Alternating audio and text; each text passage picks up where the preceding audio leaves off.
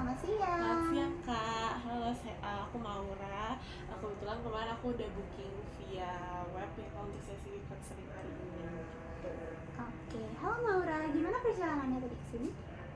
Perjalanan ke sini tadi lancar, cuman emang agak macet ya Kak. Ya maksudnya Jakarta gitu ya, mesti pasti macet sih Kak di mana-mana gitu juga. Oke, kalau gitu mungkin kita mulai dari perkenalan diri dulu kali ya. Boleh. Perkenalin, saya Olivia Anggriani. Kamu bisa panggil saya Kak Olive. Saya adalah konselor yang bakal membimbing sesi kamu ya hari ini. Oke, halo Kak. Halo. Jadi mungkin ini Maura bisa kayak perkenalin diri dulu secara singkat. Oke, baik. Nama aku Mawar Salsabila, umur aku 19 tahun dan aku tinggal di Menteng, kebetulan di daerah Jakarta Pusat ya. Aku juga sekarang kerja di partai barista di sebuah kafe gitu. Dan sebenarnya aku ini mahasiswi tahun kedua psikologi kan gitu. Oh, kayak anak psikologi ya ternyata. Iya, makanya aku ngerasa kayaknya kalau urusan mental health nih yang penting banget kayak gini, aku rasa kayaknya cocok nih untuk datang ke sesi konseling hari ini supaya aku juga bisa menyelesaikan masalah-masalah aku, dan mungkin aku juga bisa menjadi lebih baik lagi setelah aku konseling dengan Kak Olive pada hari ini. Oh, itu mindset yang sangat bagus. Makasih. Kalau gitu kamu hari ini datang konseling atas keinginan sendiri ya? Iya benar, aku pengen ngeberesin gitu semua masalah-masalah aku sekarang gitu Kak. Gitu sih. Oke deh. Kalau gitu sebelum ini kamu udah pernah ikut sesi konseling kah? Belum Kak, ini pertama kali. Oh, oke. Kalau gitu mungkin karena ini sesi konseling pertamanya kamu, aku bakal jelasin dulu ya kayak teknis-teknis prosedurnya gitu. Oke, baik Kak. Oke, jadi pertama-tama durasi kita hari ini 30 menit. Nanti pas udah ngedekatin waktunya berakhir, saya bakal kasih tahu ke kamu supaya kamu bisa siap-siap gitu ya. Tapi kalau misalnya nanti gitu ada yang mau kamu sampaikan atau ada yang mau kamu diskusiin, itu kita bisa extend maksimal 10 menitan. Tapi kalau misalnya itu sesuatunya masih panjang dan kamu rasa gak masuk gitu ya dalam waktu 10 menit itu, kita bakal majuin ke sesi konseling berikutnya, oke? Oke Kak, baik. Oke, selain itu kamu juga bisa tenang gitu ya, bisa terbuka nyeritain apapun masalah kamu di sini, karena semua yang ada di sini itu kejaga kerahasiaannya dan sama sekali nggak bakal disebarluasin. Saya juga sebagai konselor kamu akan bersikap profesional, jadi saya nggak bakal ngejudge kamu terlepas apapun yang kamu ceritain, oke? Oke deh. Kalau gitu sebelum kita mulai, apakah ada pertanyaan dari kamu? Nggak ada sih Kak sejauh ini. Oke deh. Kalau gitu kita mulai aja ya. Oke, jadi Maura kira-kira gimana nih keluhannya? Gimana ya Kak? Aku benar-benar merasa akhir-akhir ini tuh merasa tertekan banget gitu. Aku nggak tahu juga harus mulai cerita dari mana. Rasanya tuh kayak gak ada yang bisa aku lakukan dengan benar gitu.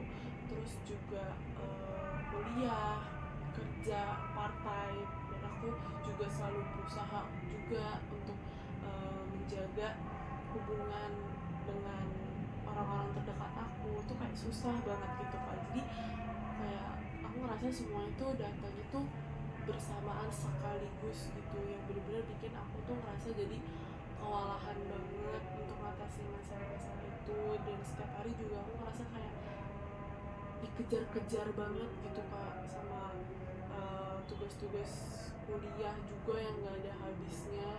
Bener-bener bikin aku tuh kadang merasa terpressure gitu Kak. Oke, jadi yang saya tangkap di sini kamu tuh sekarang ngerasa kewalahan gitu ya karena banyak yang harus kamu atasi sekaligus, dan hal tersebut bikin kamu ngerasa terjebak gitu. Oke. Kira-kira apa nih yang membuat kamu merasa kewalahan? Apakah itu kayak beban tugas, kuliah, atau kayak pekerjaan part-time, atau hal-hal lain gitu yang ngasih kamu tekanan? Mungkin semuanya itu saling berkaitan ya Kak, tapi kalau dipikir-pikir lagi yang paling berat itu mungkin beban akademik sih Kak, tugas kuliah dan ujian yang datang terus-menerus juga, sementara aku juga kan kerja part-time, yang dimana aku kerja part-time itu dari sore hingga malam, terus kuliah juga dari pagi sampai sore, jadi bener-bener penuh banget jadwal aku juga. Terus di sisi lain juga aku tuh ngerasa gak bisa ngebanggain orang tua aku gitu dan lingkungan terdekat aku. Terus juga mereka tuh semua berharap aku tuh bisa tetap mempunyai prestasi yang tinggi, aku bisa dapat nilai A juga di kuliah. Jadi kalau misalnya suatu saat aku gagal gitu ya Kak, itu tuh aku tuh ngerasanya kayaknya aku bakal ngecewain mereka banget gitu. Jadi itu juga yang bikin aku kepikiran banget sih Kak akhir-akhir ini, dan bikin aku jadi ke pressure banget juga untuk akhir-akhir ini gitu. Oke, jadi kamu ngerasa kayak ada banyak gitu ya ekspektasi yang harus kamu penuhin, baik itu dari orang tuamu, dari teman-temanmu, dan kamu tuh especially kayak merasa tertekan gitu ya karena kamu takut ngecewain mereka. Oke, kalau gitu gimana dengan orang-orang di sekitar kamu? Dari yang kamu ceritain tadi, apa ada yang kayak ngasih dukungan gitu, atau justru mereka lebih banyak nuntut ke kamu?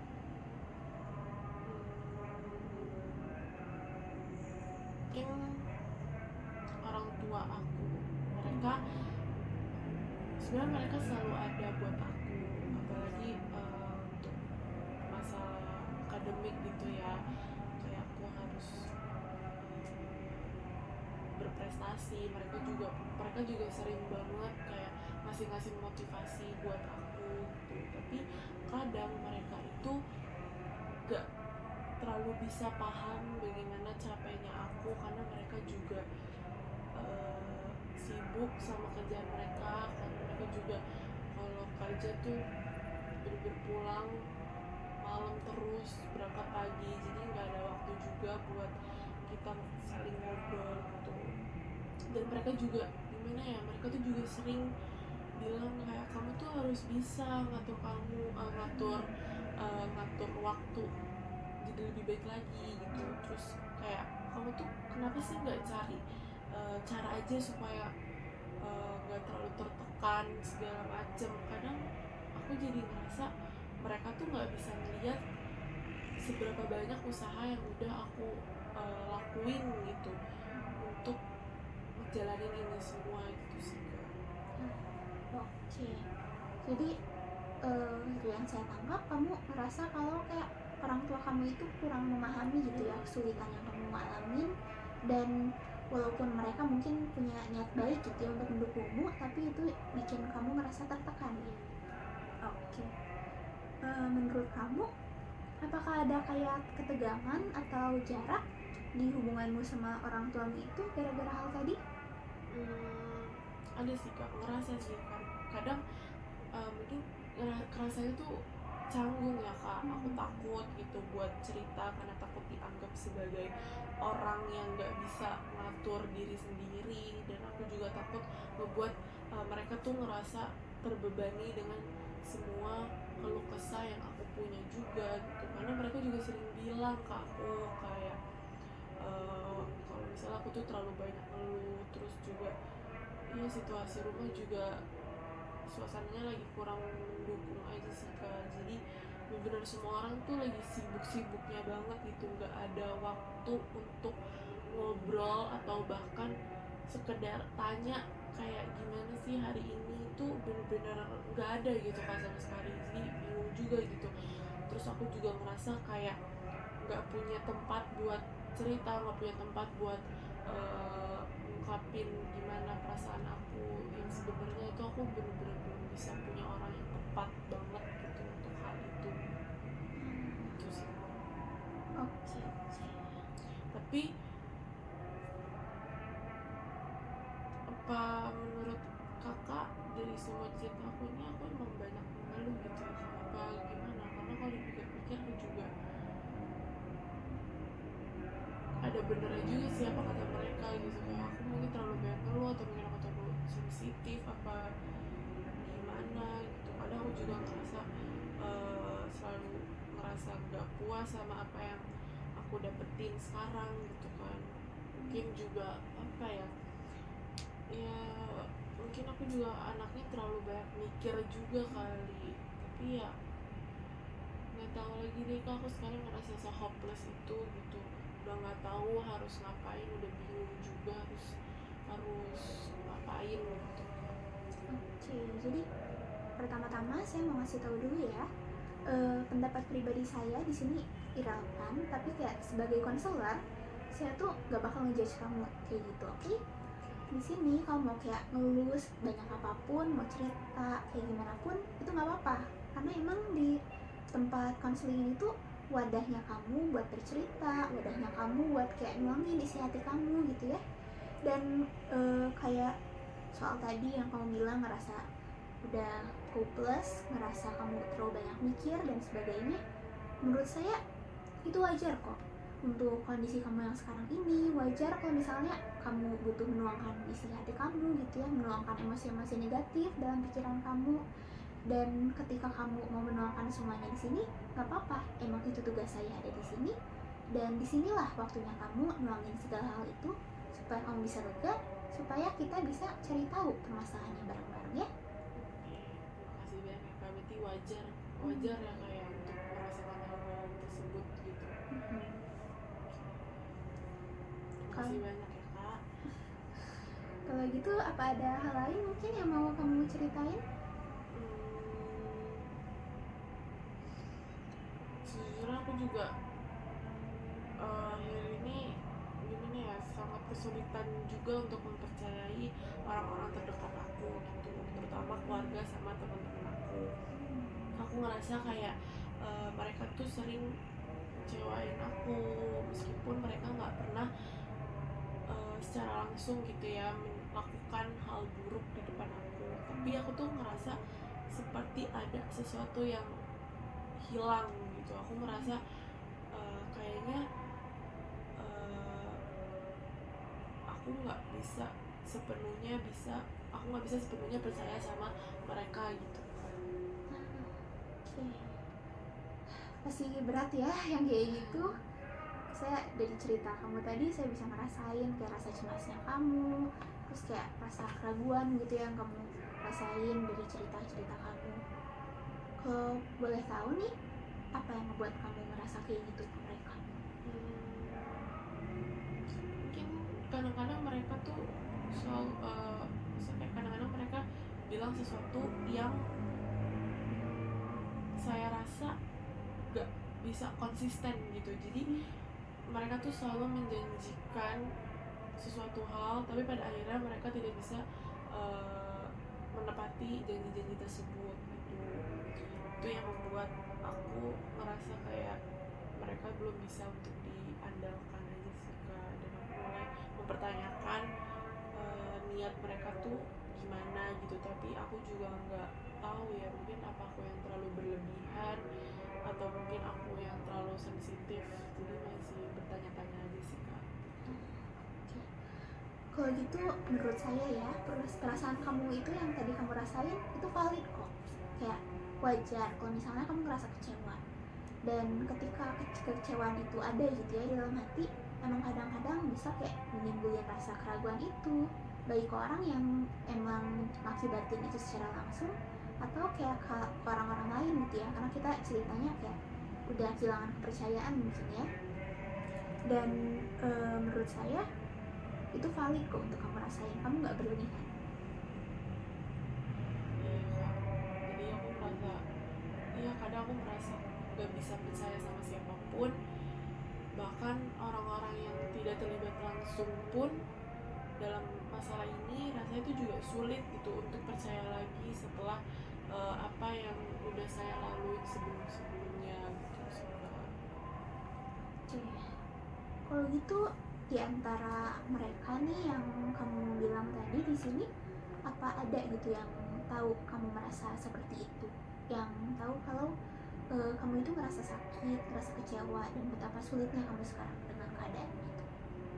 Mungkin beberapa temen itu tahu, tapi saya nggak ingin mereka selalu saya nggak ingin mereka merasa saya selalu mengeluh atau mengganggu mereka gitu. Saya mencoba untuk tetap terlihat seperti semua itu baik-baik aja, karena saya nggak pengen juga merasa mereka tuh terbebani dengan adanya masalah-masalah yang saya punya gitu kan. Terus kadang juga saya merasa kesulitan untuk membagi waktu antara pekerjaan, kuliah, dan kumpul juga sama teman-teman. Apalagi kalau saya nggak bisa hadir dalam acara mereka atau nggak bisa membalas pesan mereka secara cepat gitu ya, atau secara tepat waktu, mereka tuh mungkin bisa jadi sedikit kecewa dengan saya gitu. Jadi saya takut hubungan saya dengan saya atau misalnya dengan lingkungan sekitar saya bakal renggang terus. Oke. Jadi saya tangkap di sini kamu tuh ngerasa khawatir tentang kayak gimana gitu ya kamu dipersepsiin sama orang lain, gimana teman-teman kamu, keluarga kamu ngelihat kamu gitu ya, dan kamu again ngerasa terbebani gitu ya untuk memenuhi ekspektasi mereka. Oke.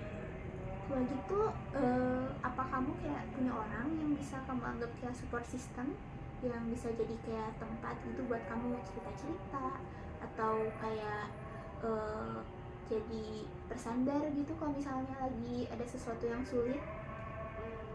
Saya sebenarnya tidak memiliki suatu orang khusus gitu ya yang bisa saya anggap sebagai support system, karena terkadang saya bicara dengan teman dekat saya pun atau keluarga saya pun,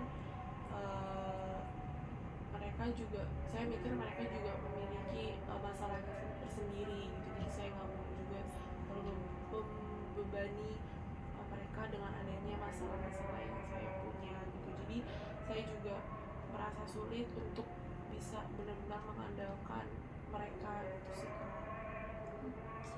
Jadi kadang saya mungkin nyoba cari hiburan tersendiri gitu ya, kayak dengan ngelakuin hobi-hobi yang saya suka, mungkin misalnya kayak dengan musik atau baca-baca novel yang bisa ngisi luang waktu saya gitu. Dan akhir-akhir ini juga seringkali saya mengonsumsi minuman alkohol atau nikotin, bisa disebut juga biasanya vape atau pot gitu. Dan saya melakukan itu biasanya pas lagi ngumpul bersama teman-teman saya, karena itu juga bisa mengurangi stres yang saya rasakan gitu ya. Gitu sih, Kak. Oke. Kalau boleh tahu, si alkohol terus vape dan pot ini masih dilanjutkan sampai sekarang? Masih sih, Kak, tapi udah nggak sesering dulu lagi. Oke. Kira-kira apa ada kayak zat-zat lain yang kamu konsumsi buat kayak pelampiasan ini? Nggak ada, Kak, itu aja. Jadi menurut kamu di situasi kayak gini, gimana nih perasaan kamu terhadap dirimu sendiri? Saya merasa nggak cukup baik ya, Kak, karena rasanya saya tuh nggak cukup pintar, saya nggak cukup kerja keras, dan saya juga nggak cukup untuk orang lain gitu. Saya selalu ngerasa diri saya ini kurang gitu, saya ngerasa gagal untuk memenuhi semua ekspektasi orang-orang terdekat saya, kepada orang tua saya. Jadi kalau ada gimana ya, kalau ada yang nggak berjalan sesuai rencana, saya mungkin akan merasa gagal, saya akan merasa kecewa. Jadi kadang saya juga nggak tahu gitu harus mulai itu ini semua tuh dari mana untuk memperbaiki semua itu harus dari mana gitu. Itu sih Kak. Oke deh, itu pasti berat banget ya. Kamu ngerasa kalau kamu tuh kurang cukup baik walaupun udah bekerja keras ya tadi kamu bilang. Dan hal itu tuh membuat kamu merasa terjebak di kayak siklus yang gak berakhir gitu ya, terus menerus. Oke. Kira-kira menurut kakak dari masalah aku mungkin apakah kakak punya solusi nih untuk masalah yang tadi udah aku ceritain gitu. Oke, jadi sebenarnya saya juga ini bisa ya ngasih kayak solusi dari permasalahan itu. Cuma sayangnya saya nggak bisa ya. Satu-satunya yang bisa ngasih solusi dari permasalahan tadi itu tuh diri kamu sendiri. Kok kenapa gitu ya? Jadi sebagai konselor gitu ya, itu tuh di luar kapasitasnya saya. Saya di sini cuma berperan sebagai seseorang yang ngebantu ngurain masalah kamu dan ngebantu kamu nyari solusi atas permasalahan tersebut. Saya bisa ngebantu, tapi ujung-ujungnya yang nentuin solusinya apa, yang nentuin gitu ya, yang mutusin apa yang mau dilakukan, mau kayak gimana kita menyelesaikannya, itu semua balik lagi ke dirimu sendiri, Maura. Oh gitu ya Kak. Tapi kalau misalnya kamu kayak masih bingung tadi, masih distraught gitu ya, saya bisa ngebantu ngasih saran, tapi again keputusan akhirnya ada di kamu ya. Mungkin kalau gitu kita uraiin deh satu-satu. Dari masalah-masalah yang kamu ceritain tadi, kira-kira mana nih yang paling mendesak dan ingin kamu selesaiin sekarang? Kayaknya soal membagi waktu di antara kuliah aku, kerja part time aku, sama waktu aku di kehidupan sosial sekarang sih Kak. Oke. Kira-kira nih, kalau gitu kan masalahnya adalah membagi waktu ya untuk melakukan apa dan apa. Menurut kamu apa nih yang bisa kamu lakuin untuk mengorganisir hal-hal tersebut? Kamu bingung juga sih. Oke, gimana kalau kayak bikin jadwal? Kamu udah pernah coba kayak bikin jadwal kah, nge-organize apa aja yang harus kamu lakuin? Karena kan kamu bilang tadi kayak kewalahan. Mungkin kewalahan itu tuh karena ada banyak hal yang harus kamu lakuin, tapi kamu nggak tahu mulai dari mana dan mana yang harus dikerjakan waktu kapan. Gimana kalau kamu kayak buat jadwal supaya kamu tahu nih mana yang harus dikerjakan kapan dan mana yang harus didahulukan? Jadwal aku pernah sih Kak coba, tapi seringkali jadwal yang aku buat tuh malah makin nambah beban pikiran aku gitu loh. Karena kadang kalau misalnya jadwal itu nggak berjalan sesuai dengan rencana yang udah aku buat gitu ya, itu justru ngebuat aku tuh ngerasa jadi kecewa sendiri gitu, kayak kenapa ya kok jadwal yang udah gue buat nggak bisa terlaksana dengan baik gitu. Jadi ya pertanyaan kayak gitu tuh ya sering banget muncul sih Kak, kalau misalnya nggak berjalan dengan sesuai rencana gitu. Oke. Kalau gitu mungkin satu hal penting nih yang perlu kamu ingat. Walaupun tadi saya bilang gitu ya, jadwal itu ada untuk ngebantu kamu nentuin waktunya ngelakuin kapan dan ngeprioritasin apa. Tapi pada akhirnya tuh si jadwal yang tadi kita sebut itu tuh perannya sebagai panduan, Maura, bukan sebagai pendikte. Jadi kayak itu ngebantu kamu mengorganisir. Cuma pada akhirnya kamu juga yang bisa menentukan itu jadwalnya mau kayak gimana. Mungkin kalau tadi kamu bilang kan kamu merasa tertekan gitu ya dengan jadwal yang mengikat, dan ketika di luar jadwal kamu ngerasa kayak gagal, merasa kecewa. Gimana kalau jadwalnya kita bikin lebih fleksibel gitu? Jadi dibanding jadwalnya itu jadi sesuatu yang mengikat kamu dengan semua kewajiban itu, gimana kalau kamu tambahin juga kayak hal-hal yang kamu pinginin, lalu kayak batas-batas toleransinya, ini bisa ngaret kapan atau bisa dimulai lebih cepat kapan, sehingga ketika terjadi sesuatu gitu ya yang di luar perkiraan kamu atau somehow nggak bisa kamu selesain, kamu nggak merasa se-guilty itu. Gimana? sebenarnya itu bisa ngebantu sih Kak. Mungkin dengan itu aku juga bisa lebih ngasih ke diri aku sendiri tanpa ngerasa ada perasaan bersalah juga, dan bisa jadi lebih tenang dan bisa lebih produktif lagi sih Kak, untuk kedepannya mungkin. Bagus kalau gitu.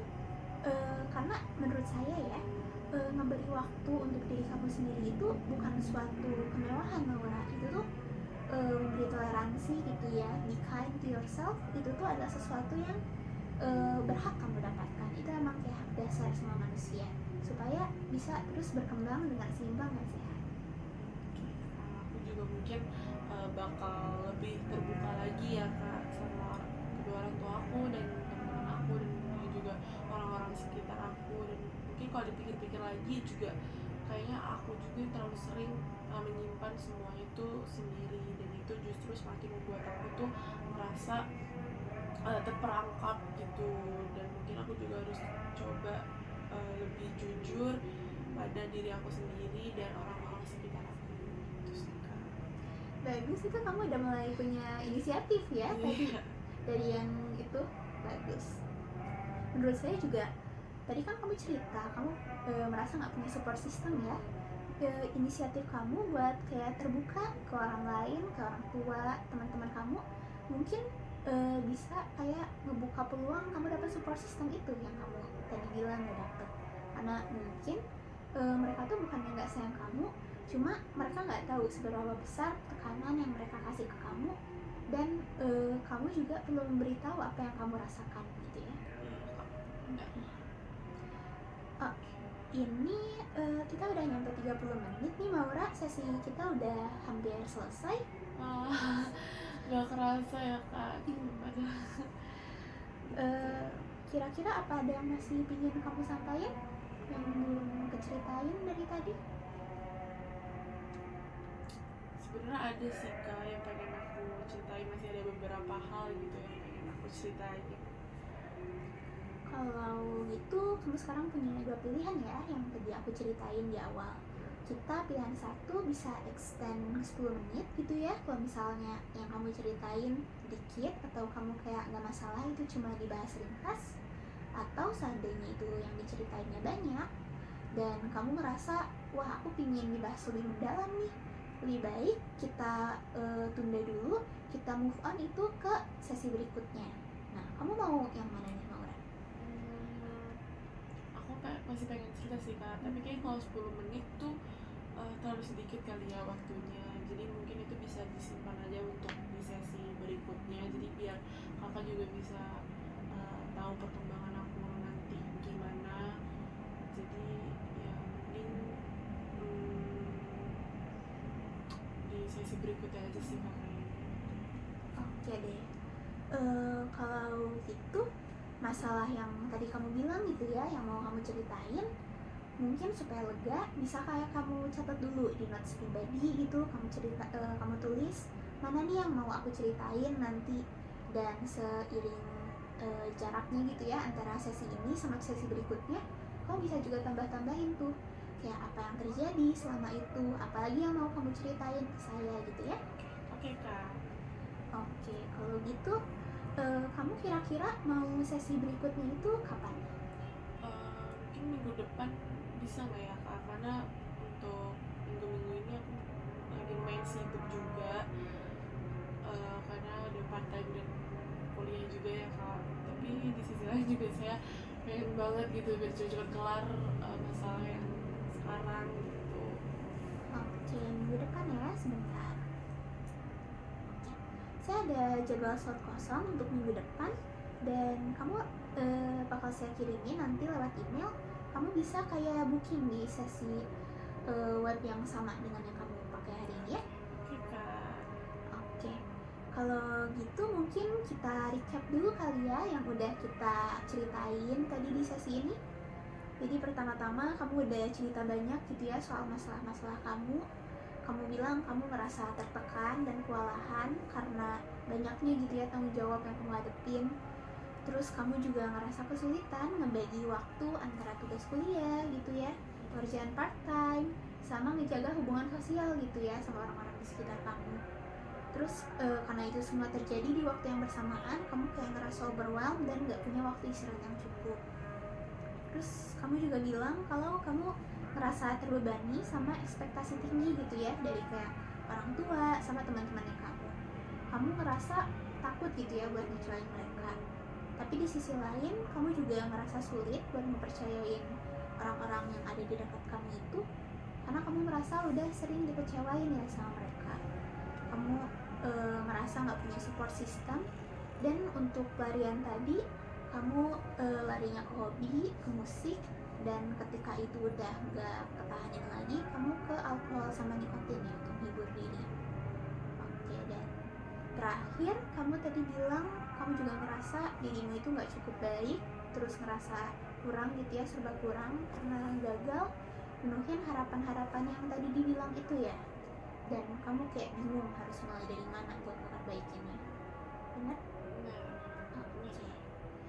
Jadi ya seperti yang udah kita bicarain tadi, karena masalahnya banyak gitu ya, kita urain dulu, kita selesaiin satu-satu. Kita mulai nyelesainnya dari masalah pertama dulu, yang kamu bilang tertekan gitu ya, kewalahan sama ketiga tanggung jawab itu, yang tanggung jawab kuliah, part time, sama hubungan sosial. Dan kita tadi udah setuju buat nyobain nyelesain ini dengan bikin jadwal ya. Jadwalnya yang fleksibel, yang kayak ngasih kamu panduan tapi nggak ngikat kamu gitu ya, yang ngasih kamu tolerance ketika things doesn't go that well gitu ya. Terus kamu juga tadi sempat bilang mau inisiatif gitu ya buat lebih terbuka ke orang-orang sekitar kamu, supaya mereka bisa lebih ngerti kamu, dan kamu dengan harapannya bisa dapat support system gitu ya, bisa lebih dimengerti juga. Oke, mungkin satu hal yang mau saya bilang untuk yang tadi poin terakhir yang kamu bilang serba merasa kurang, saya rasa kamu justru udah menunjukkan banyak kekuatan gitu ya untuk menjalani semua ini. Kamu, saya bisa lihat kamu udah berjuang keras buat ngelakuin segalanya dan terus maju gitu ya walaupun sulit. Dan saya rasa untuk hal itu kamu patut diberikan aplaus gitu ya. Terima kasih. Kamu juga nggak sendiri kok. Kamu walaupun misalnya ngerasa kayak isolir, nggak punya support system, kamu bisa kayak datang ke sini, kita konseling lagi, kita diskusiin lagi gitu ya masalah-masalahnya. Oke, kalau gitu mungkin sesi hari ini kita selesaiin di sini kali ya, Maura. Kita ketemu lagi minggu depan. Oke, baik. Terima kasih banyak ya Kak. Makasih juga atas dukungannya. Sekarang aku bisa jadi lebih lega aja sih Kak gitu. Jadi terima kasih banyak. Oke, sama-sama, senang juga bisa membantu mungkin ya. Kalau gitu sampai ketemu lagi Maura. Hati-hati